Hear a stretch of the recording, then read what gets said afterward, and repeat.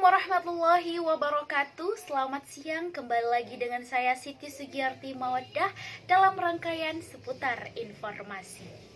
Dalam kesempatan kali ini saya akan menyampaikan informasi mengenai penerimaan peserta didik baru dengan sistem zonasi. Memasuki tahun ajaran baru tahun 2018, sekolah-sekolah mulai membuka pendaftaran penerimaan peserta didik baru yang dimana tahun ini mulai berbeda dengan tahun sebelumnya. Tahun ini sekolah-sekolah sudah menerapkan yang namanya penerimaan peserta didik baru dengan sistem zonasi. Kebijakan sistem zonasi adalah salah satu upaya pemerintah yang merupakan kebijakan dalam pendidikan pada penerimaan peserta didik baru yang diatur dalam Peraturan Kementerian dan Kebudayaan Nomor 14 Tahun 2018. Sistem zonasi. Dalam sistem zonasi, calon siswa yang tempat tinggalnya berdomisili lebih dekat dari sekolah maka akan mendapatkan peluang lebih besar untuk masuk ke sekolah tersebut. Aturan sistem zonasi. Berikut akan kami paparkan beberapa aturan-aturan yang terdapat dalam sistem zonasi. Yang pertama, 90% sekolah wajib menerima calon peserta didik yang berdomisili pada radius zona terdekat dari sekolah. Yang kedua, domisili calon peserta didik berdasarkan alamat pada KK yang diterbitkan paling lambat 6 bulan sebelum pelaksanaan PPDB. Sisanya dibagi lagi ke dalam dua bagian. Yang pertama, 5% dapat diambil dari jalur prestasi dan yang 5%-nya lagi disebabkan karena perpindahan domisili atau karena bencana alam. Adanya sistem zonasi ini menuai banyak tanggapan pro dan kontra dari para pengamat pendidikan dan para orang tua. Untuk anak-anak yang SD, dari TK masuk ke SD, oke, boleh diberlakukan zonasi karena mereka baru tahap pertama belajar. Tapi untuk anak-anak yang sudah masuk SMP dan masuk SMA, mereka sudah bisa untuk bersekolah agak jauh dari rumah karena mungkin orang tua mempertimbangkan prestasi gitu kan.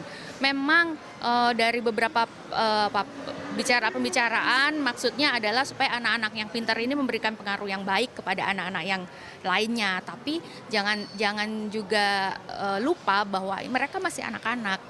Bisa jadi mereka yang terpengaruh gitu. Ya, sebetulnya secara prinsip saya setuju ya dengan sistem zonasi itu baik Anda setuju? sekali. Saya setuju. Karena banyak yang bisa dilakukan dengan sistem zonasi. Jadi dalam saya rasa kayak di Amerika, di Finlandia yang terkenal dengan sistem pendidikan terbaik di dunia, mereka juga menggunakan sistem zonasi. Solusi dari adanya ragam sikap tanggapan persoalan kebijakan PPDB sistem zonasi. Yang pertama, para masyarakat harus menaati peraturan yang ada sesuai dengan kebijakan dari pemerintah. Yang kedua, pemerintah harus memaksimalkan prosedur dari sistem zonasi agar seluruh calon peserta didik mendapatkan keuntungan yang sama di setiap sekolah. Di antara dampak positifnya yang pertama, mengurangi presentasi siswa yang datang terlambat ke sekolah. Yang kedua, menyamaratakan kuantitas siswa di setiap sekolah. Dan yang ketiga, meniadakan kastanisasi antar sekolah. Dampak negatifnya antara lain yang pertama, mengurangi minat belajar siswa. Yang kedua, siswa tidak bebas dalam memilih sekolah yang diinginkan. Dan yang ketiga, maraknya terjadi pemalsuan data. Nah, selanjutnya kita akan membahas tentang keterampilan peserta didik pada abad 21. Di sini ada 4 kompetensi yang harus dimiliki siswa di abad 21 yang disebut dengan 4C, yaitu critical thinking and problem solving, yang artinya berpikir kritis dan menyelesaikan masalah. Yang kedua ada creativity atau kreativitas. Yang ketiga ada communication skills atau kemampuan berkomunikasi. Dan yang keempat ability to work collaboratively, yaitu kemampuan untuk berkolaborasi. Konsep dasar manajemen peserta didik. Manajemen peserta didik adalah usaha atau bagaimana mengatur peserta didik dari semenjak mereka masuk sekolah hingga mereka lulus sekolah. Manajemen peserta didik bertujuan untuk mengatur kegiatan-kegiatan peserta didik agar dapat menunjang proses belajar mengajar sehingga tujuan dari sebuah pendidikan bisa tercapai. Dasar pengelompokan peserta didik.